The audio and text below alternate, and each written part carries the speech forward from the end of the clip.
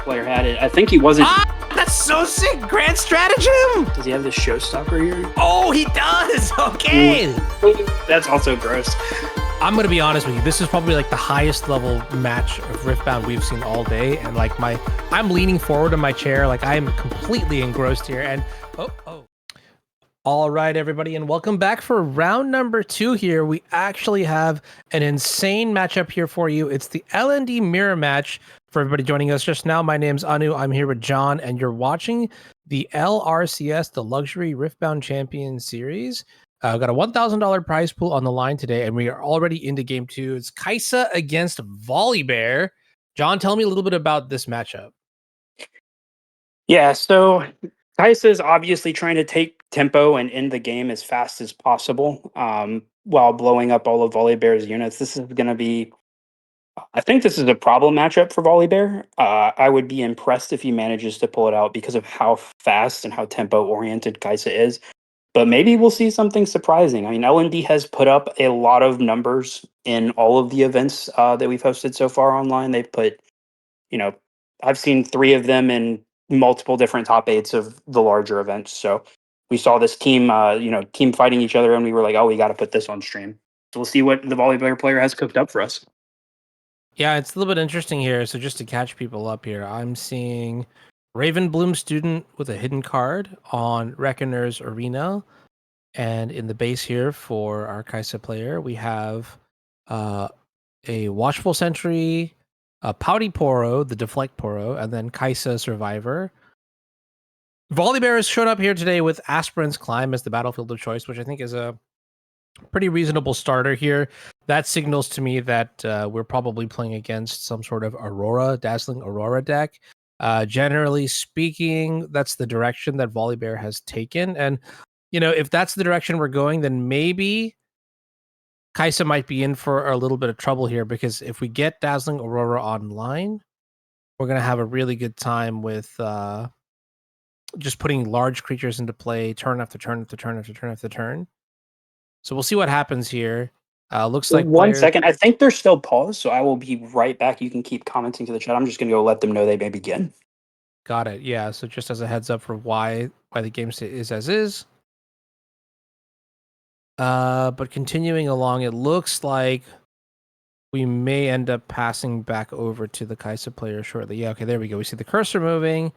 Admittedly, right now, the Volibear player's got nothing going on here, so this must be a critical turn. You got to do something. You're already down 4 points to 2. Although that's definitely a good play. Okay, they're gonna draw 2 cards. All right, Dead Bloom Predator, 8 might unit that says you may play me to an open battlefield, and I believe it also has Deflect.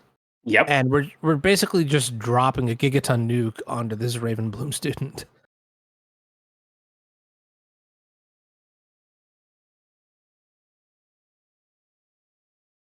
So it's kind of interesting here that we are leading on Dead Bloom Predator. The first thing that screams to me is that we don't have Dazzling Aurora. So here's my thought process, though. I think they have to do this even if they have Aurora, because Okay. otherwise they get the hold point. They go to 5, and then unless they reveal like a Dead Bloom off the top, right, or something else that deals damage and can actually interact with the board. But if they don't, which is RNG, they go to 6 points next turn, and like it's really hard to recover when someone's at 6 points, even if you slam Aurora, right? Your units are entering rested in the battlefield. They have to take an entire turn. So I think he had to do something that impacted the board state to slow down this points game, because now he can only go to, unless he can kill this, he only goes to 5. Oh, that's a 10 Darius. That is really good. That is a problem.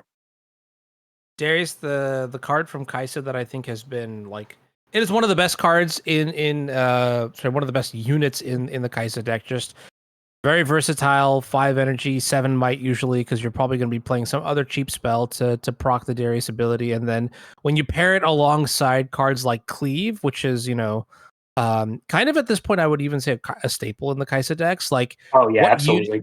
What unit can you not kill with it, right? Like, which is kind of crazy too, because like I've been trying to figure out ways to overwhelm the Kaisa deck, and I was like, oh yeah, let me just put like really big creatures or units into my deck And then what I ended up finding out was just like Darius just doesn't care. Like the combination of like smokescreen, Darius, and whatever various other tools Kaisa has available to her.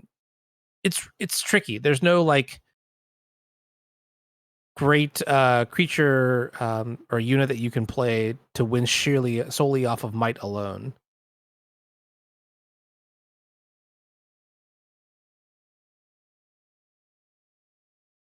Yeah, Okay, he well, really had to have like honestly there wasn't much at one that could have even answered that. Oh, he has another dead bloom.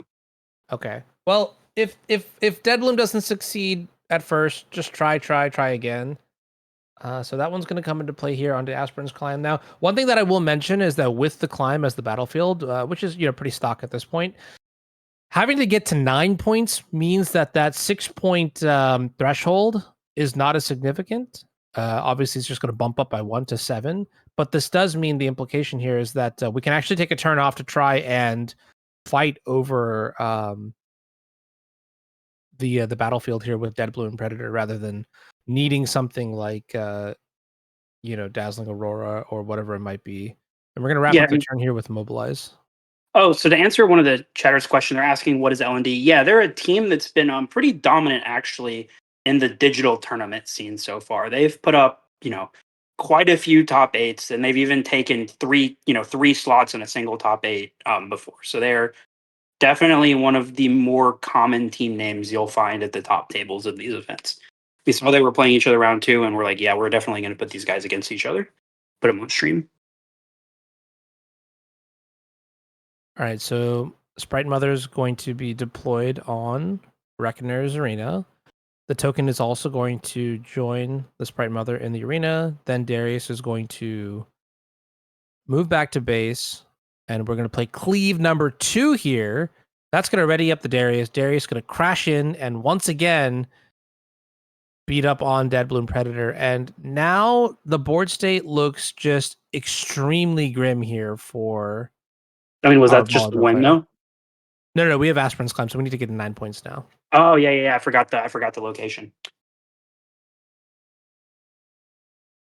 Yeah, I know it does buy us a little bit of time, but it doesn't seem like we actually got there. And I'm kind of curious, like what the early turns looked like. I mean, for the Kaisa side of things, it's pretty straightforward. Just play a couple units, capture those early points in the matchup, and you do kind of just have to play tempo. But it seems like in this instance, maybe we just never had a copy of Dazzling Aurora to actually get our game plan going. Deck lists are closed, by the way, so players are going to be playing blind, and also they will be closed throughout the duration of the tournament. We'll see if there's anything else we can do to sort of to just like seal the deal even further. But both battlefields occupied, many units in base. At this point, I'm hard pressed to find a solution here from the Volibear side. Yeah, I would be thoroughly surprised if Volibear can come back from this one. I think it's looking like a game two, but let's see if this Volibear has sideboard tech for this matchup. I'm sure you have some kind of trick up your game plan, because if you're sleeving up Volibear, or maybe you're just hoping to dodge Kaisa and then beat up on the other fair mid-range decks that are slower. Yeah, I mean, maybe there's a world where this is something closer to L&D Megan's list from last week's event.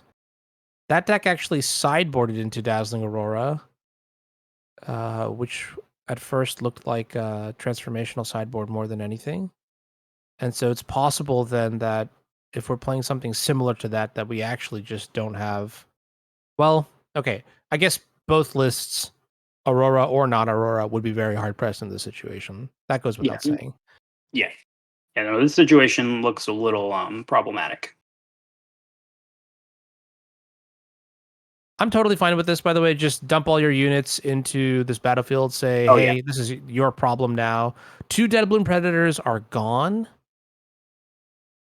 So we might want to consider what happens if there's a third Dead Bloom Predator. Looks like we're actually balancing out our battlefield management here. So we're going to keep 3 units in base still, and then just have 9 might on the arena.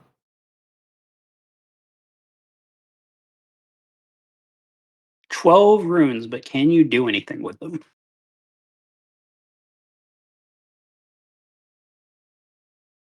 All right, here it is. The first play is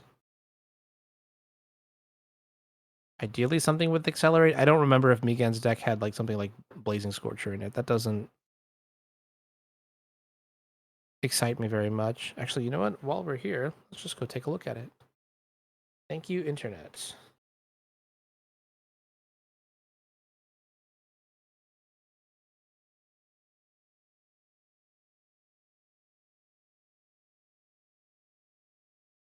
All right, so Snapvine is going to be the first play here. That's going to trigger the Volibear passive. Likely we'll go after the Darius. Actually, does it even go after the Darius? Because you're going to be stuck with 9 might on another battlefield.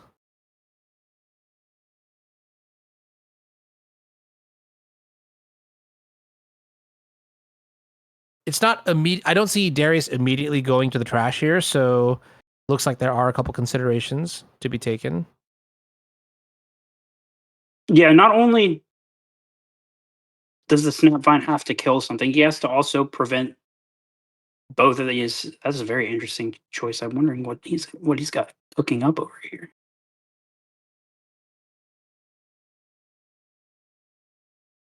There it is. Okay, yep, so that makes sense.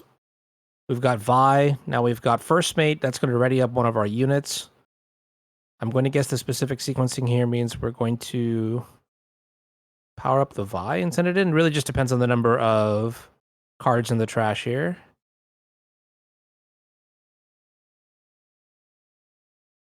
Kaisa player notably has no available energy to them, so no plays to be made from their side. This is just seeing what the Volibear player has available to them. Okay, we just recycled 2, so Vi goes up to... No, never mind. They recycled 4. Yeah, 4, yeah. yeah.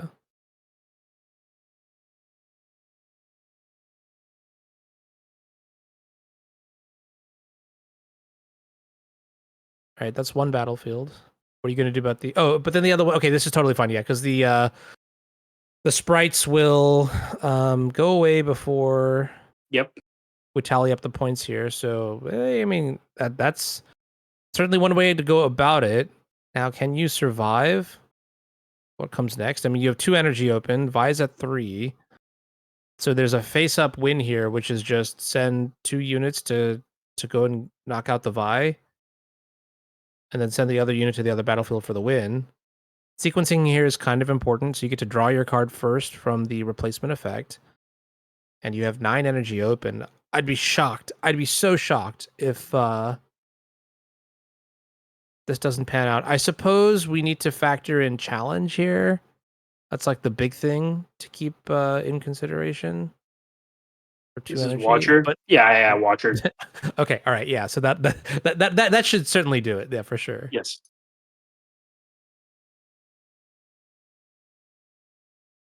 Nice. I saw a bunch of runes being tapped, and I was like, "It's Watcher. It's over."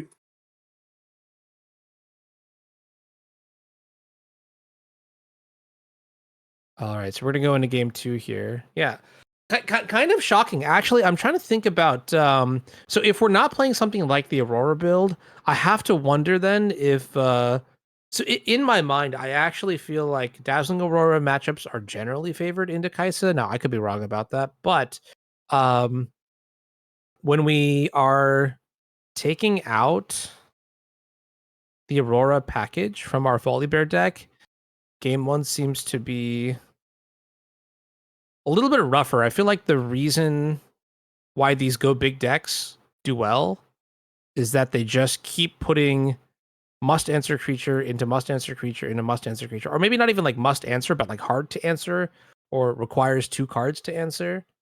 And then you just whittle down your opponent. Yeah. Without So that, my thing about Kaisa is I think the Aurora playstyle is good into Kaisas who aren't aggressive enough, but I think you can play Kaisa extremely aggressively and should look to Mulligan to do so in this matchup, regardless of whether they're on Aurora or not. Okay, yeah, that's totally reasonable.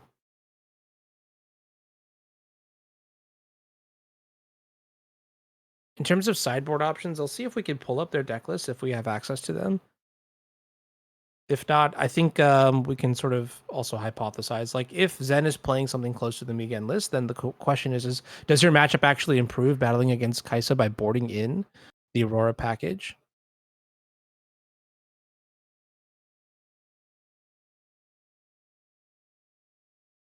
And then from the other side, Kaisa kind of interesting. I think like stock Kaisa builds will have cards like Icathian Rain in the sideboard, maybe a couple copies of like Retreat, maybe Vise of their own, extra copies of the Fox should they need it. Like Catherine Rain, kind of one of those cards that just got like quietly buffed in the recent rules exchange. So with the way the reflexive ruling now works, the way the ruling works for now for these reflexive cards is you'll put the card initially on the stack, and then once it resolves, you'll actually add a number of items to the stack equal to the amount of actions that the card tells you to take. So, for example, Falling Star, you put it on the stack, it resolves. Now you have each instance of Falling Star dealing 3 damage go into the stack separately. For Icathian Rain, exact same thing, but now you have 6 instances of 2 damage. And this is actually kind of incredible because it allows a card like Icathian Rain to power through things like Set's passive ability that we saw in round number 1, or like Zanya's. It does require you to, target things a bit more differently, but prior to this ruling, simply it just couldn't do that. It couldn't power through Zanya's. Yeah, the other interesting mechanic it opens up that I really like is with everything being on the stack and this being unlike Yu-Gi-Oh, where once a chain is full, it resolves all at once and you can't interrupt it. This game works more like Magic, where after every single thing resolves, there's another opportunity. So you could wait for 3 triggers of a Cathian Rain to pop your guy, and then use set ability or Zanya's, what have you, bring it back, and then buff your guy after that in the middle of their ability resolving, which is definitely interesting. All right, getting into game 2 here. Turn 1, we see 3 energy from the Volibear player. Obelisk is going to power up our rune reserves.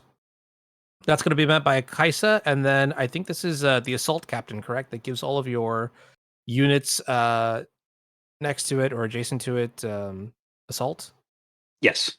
I want to say Captain Ferris. Ferris is the name, but I'll double check it.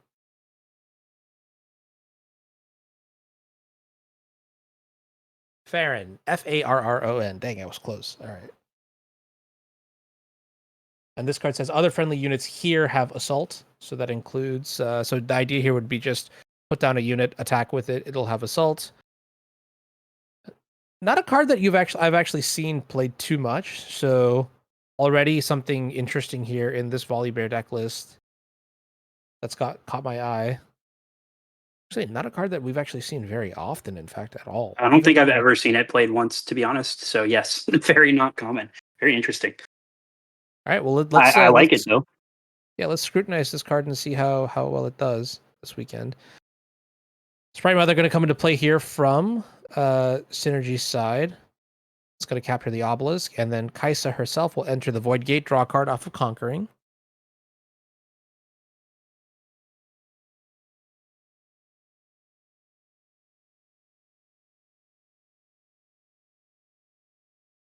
It does make me kind of wonder, like, what the rest of the deck looks like in terms of the build process here. Oh, okay. Sky Splitter. That's a oldie but a goodie. 3 energy going to be spent to deal 5 damage to the Kaisa. Actually, 6 because of the Void Gate.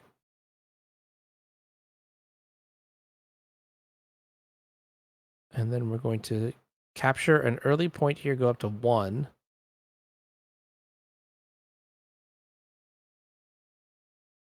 I mean, I guess the reason that you would want something like Captain Farron is that it is relatively a cheap card that has high might that also procs the Volibear passive. So if you want to like, it's like an anti-aggro card almost, if that makes sense. That you could see out of the sideboard. It could very well just be main deck too, but I mean, okay, that's there's not just one. There's two of them. Okay, Yeah, I like this guy a lot because he's a 4 cost 5 power unit with upside, and normally he has downside of 1 power. But in Volibear, that's not a downside. He doesn't cost a power because you ramp, right?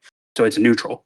So I definitely understand wanting to play just the 4 cost above par beater that just happens to have a bonus ability as well. Like I don't even think the assault is necessarily that as relevant as just the 5 power stat line on 4 that doesn't cost a power, because that beats up every other, everything else that it costs 4 and doesn't cost a power requires something else to get this big.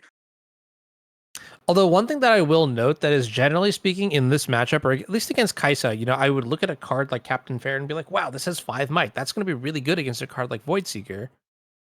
The problem is we're on Void Gate. And so the Void Seeker gets buffed up to 5 That was damage anyways. good. It's actually pretty good here. But we're going to see Falling Star deal 4 damage and then 4 damage twice, and then Sprite Mother is going to come in with a cleave to clear out the remainder of the board here. So Oh, and the hidden. I wonder if this is just the draw 2 or if it's something tricky. yeah, we did see the draw 2 in game 1, and I have to assume that it's just that. There are very few hiddens that really make sense to play in Kaisa. Drop Dead Bloom, yeah. Yep.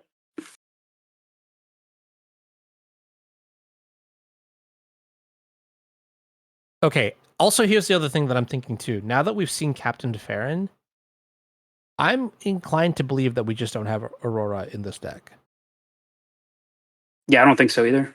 Because you don't really want to spin into a card like Captain Farron. So that also changes evaluation of like a lot of things. Notably, like if we look back at game number 1, a point lead. If Kaisa can secure an early point lead, that's actually going to be much, much more impactful, because I think the late game for Volibear will be slightly less strong. But I guess the Volibear player is also saying here, like, hey, we don't need Aurora. We're just going to use better mid-range components to deny something like an aggressive point lead, and then have just the good cards on our top end, like Deadbloom Predator, to seal the deal and end the game. But deep down inside, I feel like it's not enough. I think Kaisa is just like that powerful. Yeah, this is a much better start from Volley this time around, though. Like they got on board early with those captains and were able to like this is a much more reasonable board state to be in going into your 9 rune turn.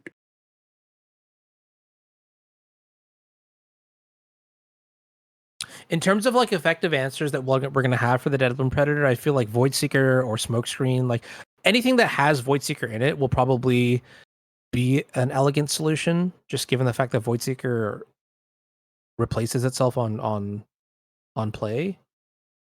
Unfortunately, we are 1 energy short from accelerating Thousand-Tailed Watcher. And I feel like that might be where the holdup is, which is, if we have the Fox in hand, do we just move into the Obelisk and wait 1 turn? I think that's totally reasonable to do. Yeah, just set up and then your Watcher will replace himself, so it's not a big deal when he dies if he dies.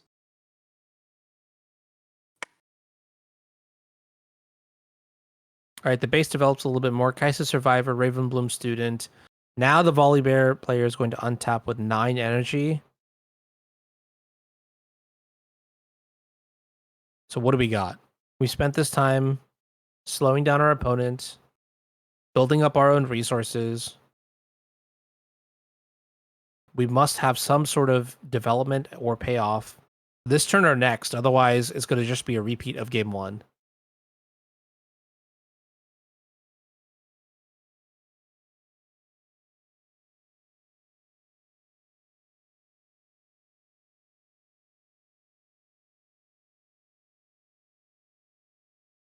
Gold point puts us up to 3.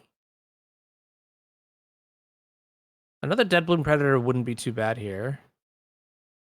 No, I mean it's a big card. It puts a lot of power onto the other area, the other location. Yeah, the other unit that I need to think about when I'm deploying anything from the Volibear side is Darius. How does that interact? And I feel Yeah. like Darius good? There's not really another way to say it, right? Darius just makes combat math. Yeah, Darius is very good. I think Anivia would be an interesting unit here, but I don't know what he's got going on. Oh, there Oh, is yep, he Aurora. is. He is playing Aurora. Okay, can confirm. Oh, interesting. Okay. So like classically, like these Aurora decks generally, I mean, you only have a top end. Otherwise, something like this could happen where you get a creature that, what is this, Brazen Buccaneer?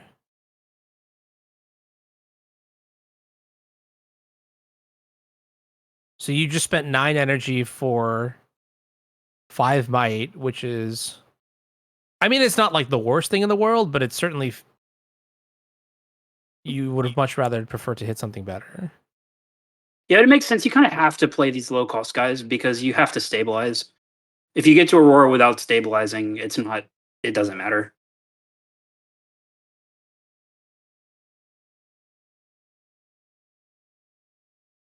Yeah, that is a very interesting question. I mean, like, here, let's do this. What we can do for sure is see how it plays out with Dazzling Aurora being mixed together with a bunch of like mid-range or low-cost creatures.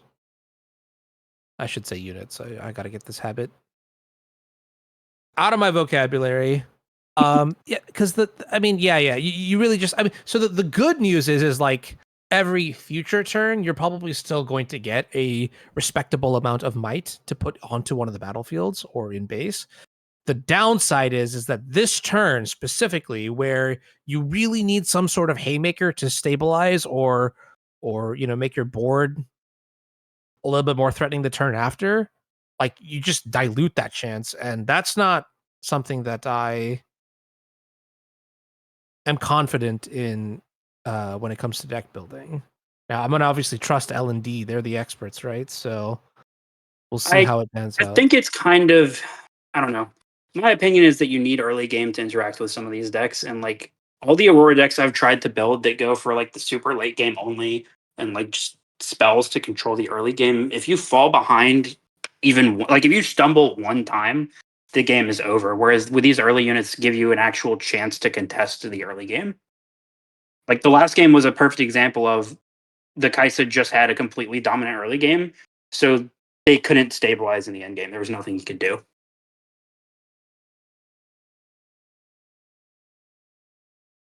All right, Smokescreen is going to give the Deadbloom Predator -4 might.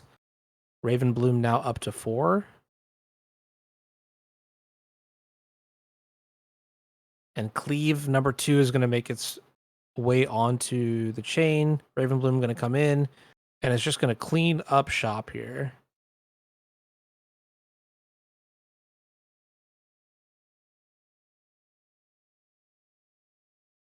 Notably, Voidgate doesn't actually change the modifier on Smokescreen, right? Because I believe it's only damage dealt, not actually like might Yes. modulation. Okay. Yep. Cool.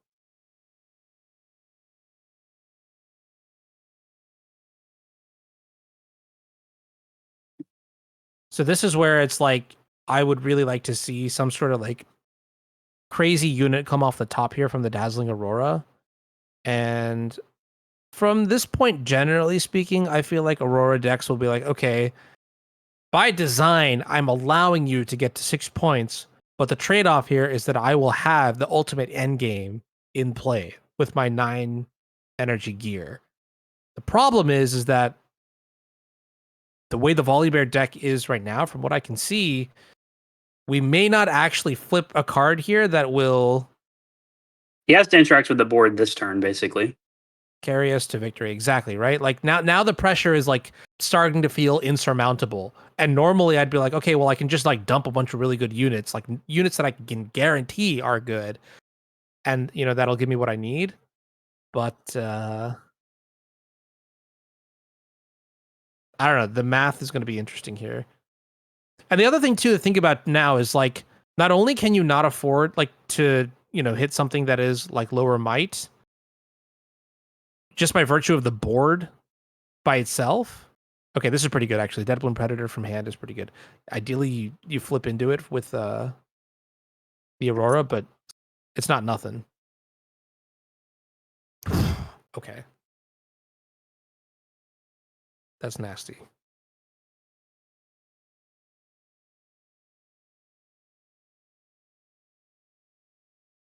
So second smokescreen is going to keep the watcher, the watchful sentry. Sorry, the watchful sentry will stay alive. And I mean, yeah, this is what I'm talking about, right? All right, spin the wheel here, but like, what can you even hit? Certainly not Blazing Scorcher.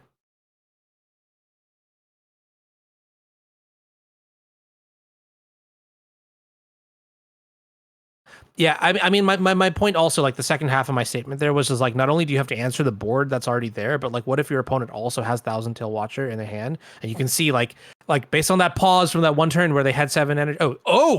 Ooh, okay, kind of flexing there.